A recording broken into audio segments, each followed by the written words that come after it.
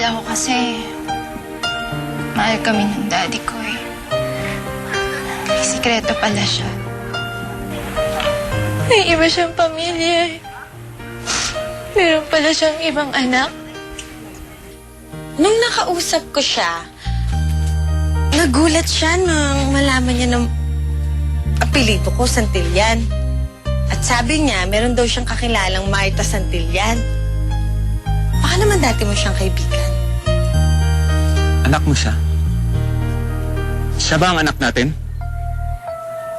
Siya bang anak ko? Anak? Ikaw ang itay ko?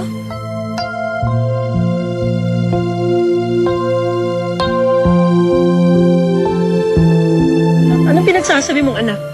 Wala tayong anak. Buntis ka nung nagkahiwalay tayo. Nakunan ako na nagkahiwalay tayo. Nay? Anak, pumasok ka sa loob. Iwanan mo kami rito.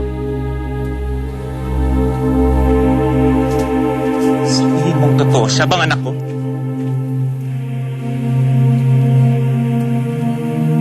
Nararamdaman ko. Alam ko siya ang anak ko. Umalis ka na, Robert. Huwag mo na kaming guluhin ng anak ko.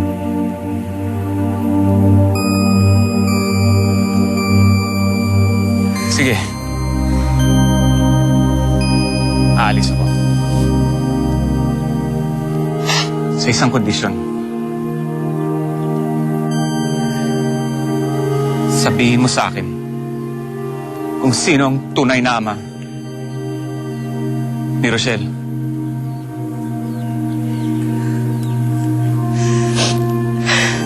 Oo, siyang anak mo.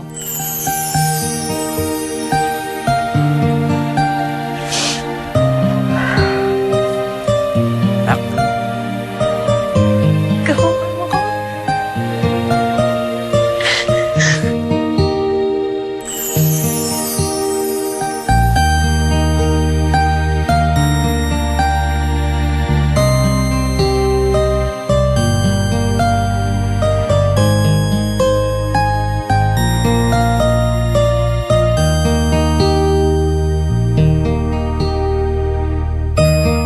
Kayo na bahala dun. Simpleng bagay lang eh. Sa akin pa tinatanong. Hala, sige, go.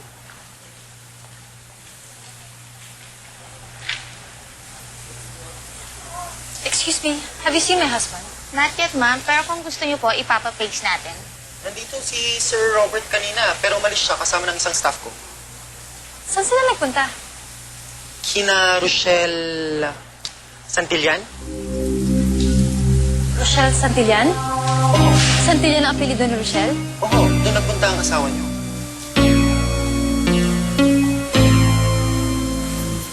Akala ko tayo, hindi ko na kayo makikita.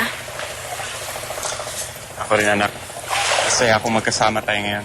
Matagal ko rin pinangarap na makasama ko kayo ng nanay mo. Ako din po, tay.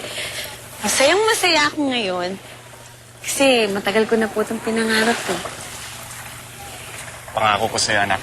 Hindi na tayo magkakaiwalay. Kakasama na tayo ng nanay mo. Eh, tay, paano po yung pamilya niyo? Hindi ko pa alam, anak. Kaya ang importante ngayon, kasama tayo. Pangako ko sa'yo, hindi na tayo magkakaiwalay.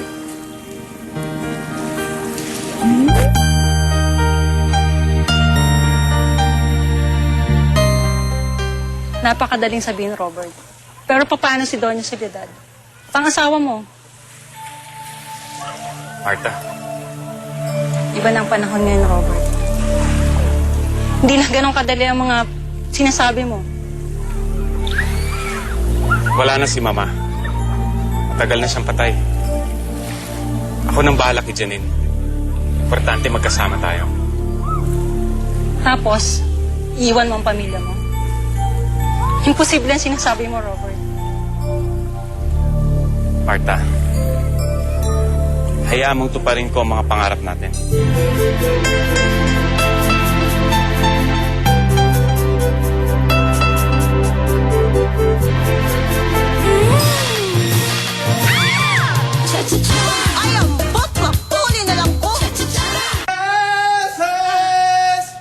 sa'yo, hindi ko na nakita yung pamilya ko. Wala po yun, sir. Masaya nga po ako, nakatulong po ako. Lalo na po sa kaibigan ko. Masaya po ako para kay Rochelle. Sige. Salamat ulit, ha. Mauna na ako. Salamat po, ingat.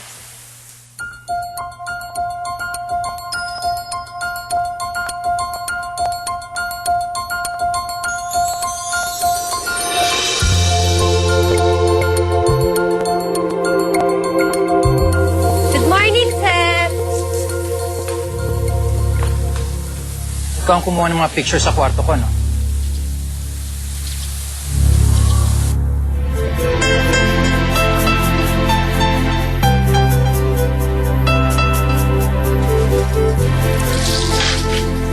Anak, ano yan? Naitingnan mo to ang mga litrato ko. Ang ganda nga, anak, ha? Sino kumuha nito? Isang guest po sa resort. Baka naliligo sa'yo yan, ha? Inay naman, hindi po. Hindi ko nga alam na kinuhaan ako dyan. Nakuha ko lang po yan kay Ira. Kaya pala gustong-gusto mo pumunta dun sa resort, no? Inay naman, hindi talaga. Kung hindi nga ako nagpupunta-punta dun sa resort, wala yung mga litratong yan. Tapos, hindi ko makikilala si Itay. Kaya kung hindi po ako nagpunta sa resort, hindi tayo magkakasama-sama ni Itay. Natatakot ako sa pwedeng mangyari. Bakit po, Inay? Baka lalong magulang buhay natin.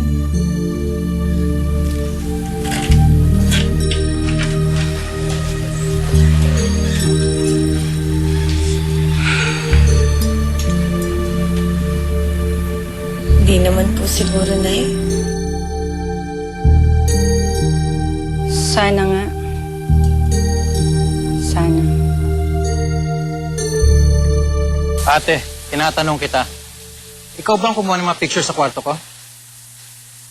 Una sa lahat, huwag mo akong tatawaging ate dahil I'm still fresh and young.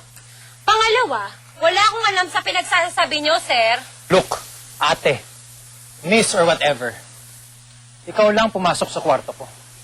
Kaya wala nang ibang kukuha nun kundi ikaw. Grabe naman pala kayo magbintang, sir, eh. Hindi ako nang bibintang. Dahil alam ko ang kalokohang ginawa mo. Anong kalokohan? Ikaw nga itong loko-loko, eh. Bakit mo kinukuhaan ng picture ang kaibigan ko, tapos ngayong mawawala, sa akin mo hahanapin? Sa hobby ko yun eh.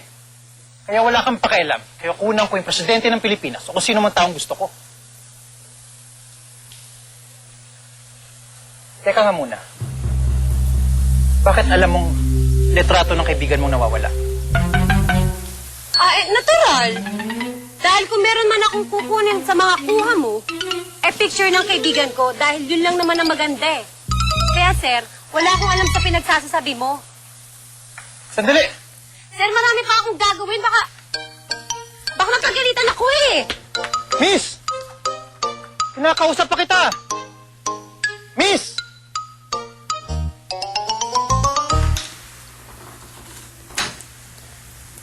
Saan ka nang galing?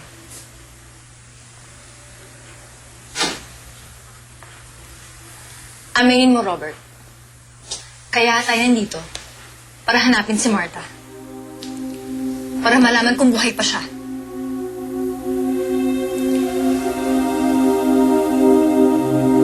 Damn you, Robert! Huwag mong gawing tanga! Kaya ba tayo nandito para hanapin si Martha? Para malaman kung magkikita pa kayo? No. But yes, buhay pa siya. At ang anak namin. No! Tell me you're lying! Hindi. Nagkita kami. At ang anak naming si Rochelle. Who's Rochelle? Si Rochelle? Yung babaeng nilait mo dahil binagsak niyang bag mo.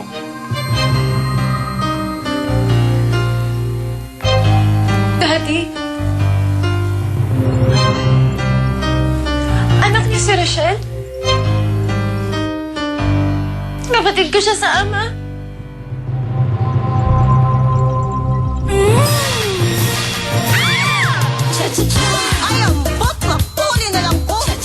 Pag nalaman ko na nakikipag-usap ka kay Tita Elsa mo, magagalit ako sa iyo. Daddy, paano mo nagawang magliyam sa amin ng ganito? Hindi ko rin alam na buhay pa si Marta. I was surprised myself. So what now? Ngayon nakita mo na sila. Paano na kami?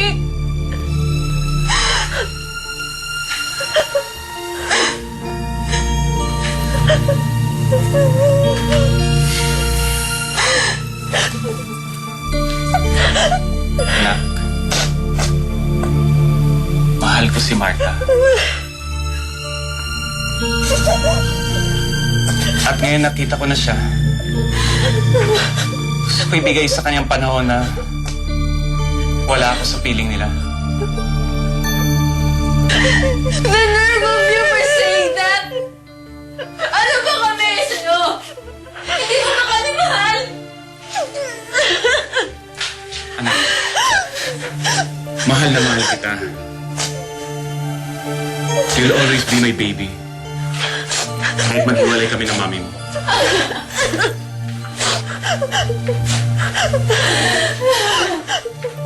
Napakawalang hiya mo, Robert! Ha? Iiwanan mo kami dahil sa babaeng yun? Ha? Napakawalang hiya mo! Napakawalang hiya mo! Tama na. Wala yung mangyayari dito! Tama na. Hindi mo kami iiwan dahil Tama sa na. kanya!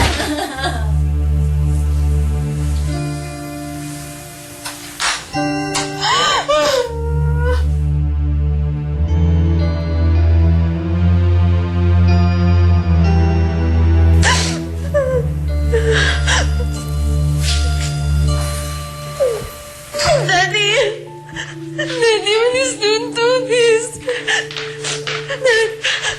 Dad, huwag mo ibang gawin to sa amin ni Mami. Tawarin mo ako, anak. Kung hindi ko na kayang lokohin ang sarili ko. Pinilit ko mahalin ang mami mo. Nagpakasal kami dahil yun ang gusto ng lola mo.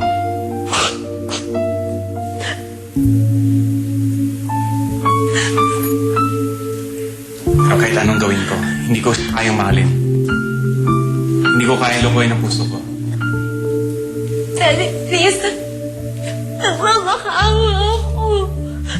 Dad, kahit para sa akin na lang ako. Please, huwag ka nang makipag-iwalay kay Mami. Anak. Hindi madali itong ginagawa ko. At alam kong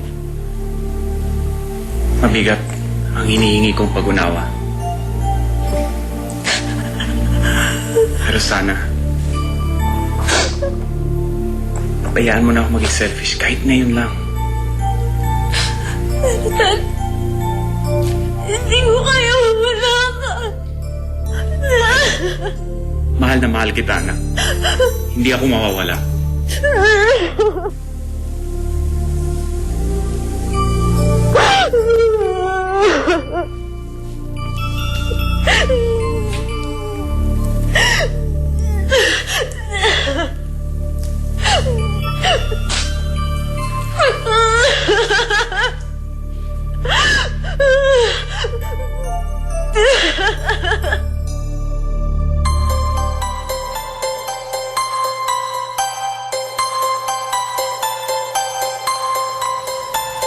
Nay, hindi pa dumarating si Itay. Anak, baka nagbago ng isip ng itay mo. Hindi ka na, pumasok na tayo sa loob. Pero nay, nangako siya sa akin eh. Tulad ng dati, nangako rin siya sa akin. Magiging masaya kami. Pero, walang nangyari. Anak, yun ang kinatatakutan ko. Mangyari sa'yo. Nasaktan ka rin tulad ko.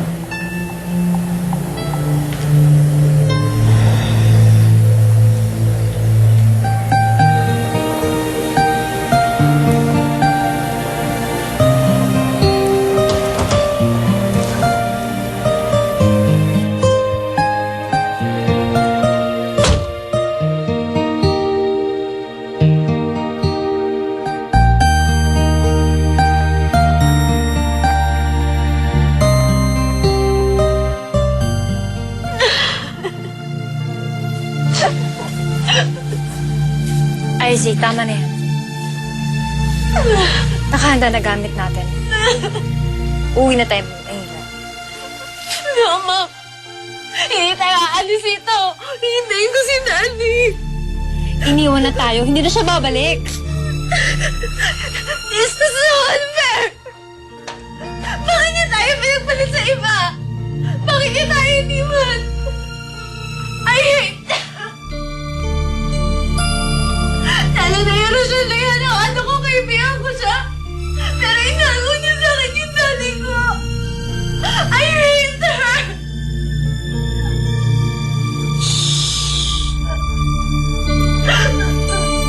Huwag kang mag-alala. Gaganti tayo.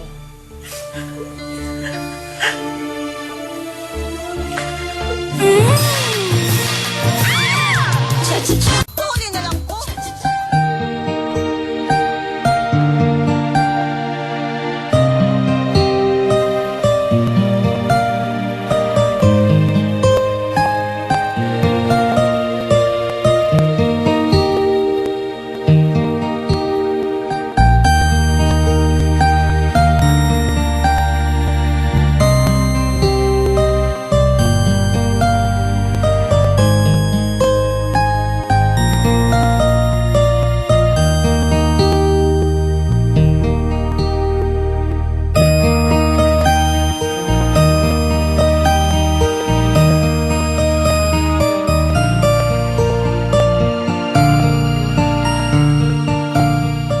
Lovely! Uy, balikan pa natin yung naiwan doon kahon, ha? Baka yung maruruming damit nila, ma'am, yun.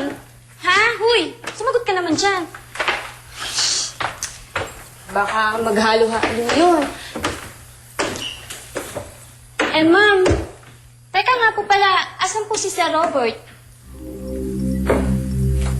Bakit hindi niyo po siya kasama? Tigil mong kakatanong mo.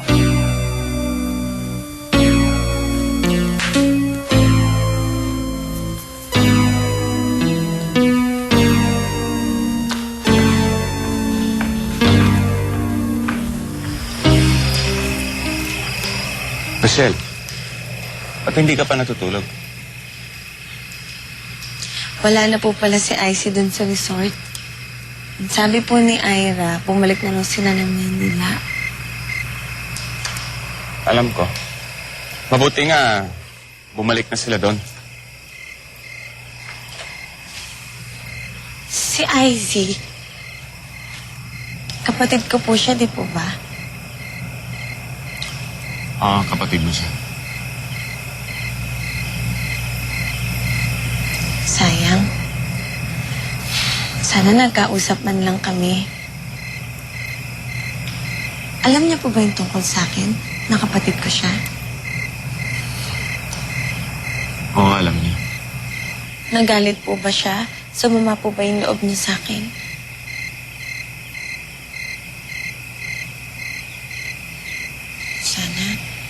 Sana hindi siya nagalit sa akin. Kasi gusto ko siya maging kapatid.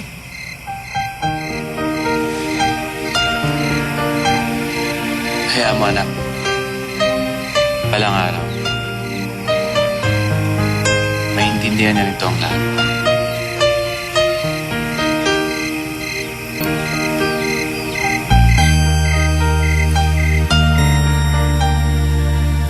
₱1,000,000 kada ulo. Wala akong pakialam sa presyo. Ang gusto ko lang, malinis sa trabaho at walang sabit. Kung ganun po, wala na tayong problema, ma'am. Kailan niyo po ito gusto pagawa? As soon as possible. Gusto ko iligpit mo si Marta at Rochelle Santillan sa lalim mo din.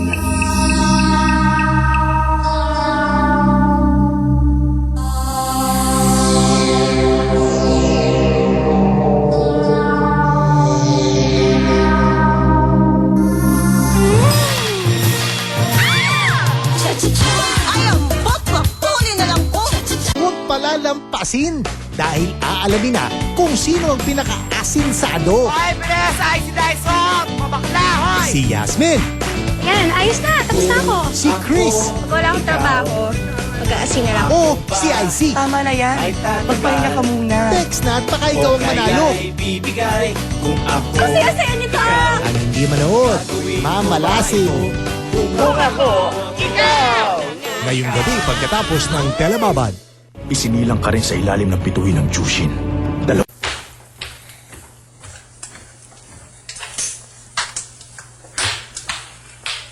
Izzy, I got your breakfast.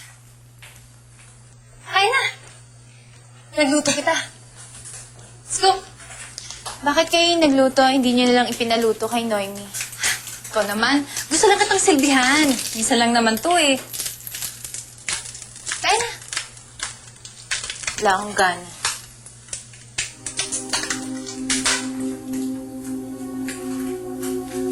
Icy, wag ganyan. Alam ko inisip mo. Papayat ka lalo niyan eh. Why are you so cool about the whole thing? Hindi ba kayo apektado sa ginawa ni Daddy? Mami, sira na yung pamilya natin. Inagaw na nila sa atin si Daddy. Ba't may paganyan-ganyan pa kayo? Paluto-luto pa kayo?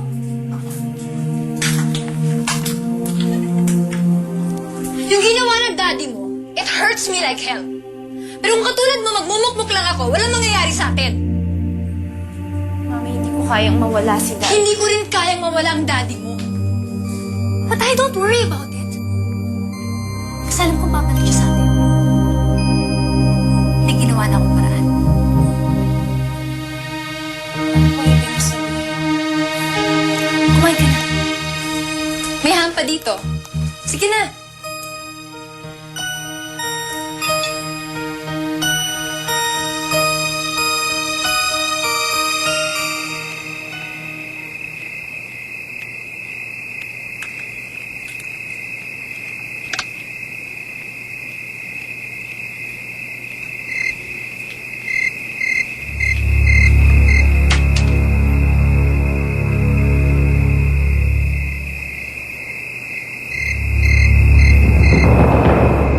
Wow! Ang sarap naman ito, Nay. Ikaw naman, anak. Minsan lang yan. Alam mo, ng paborito ng hintay mo yan. Kaya, kahit medyo mahirap, pinagtsagaan ko na. Si Nanay, nagpapa-cute. Sus! Selos ako niyan. Ikaw talaga. Kaya mo na, minsan lang naman yan eh. Minsan lang magkita ng hintay mo. Long hair ka na. Uy, nawawala na yung guhit mo sa noo. Nay, nandiyan na yata si Itay. Robert? Kilos. Mababalan.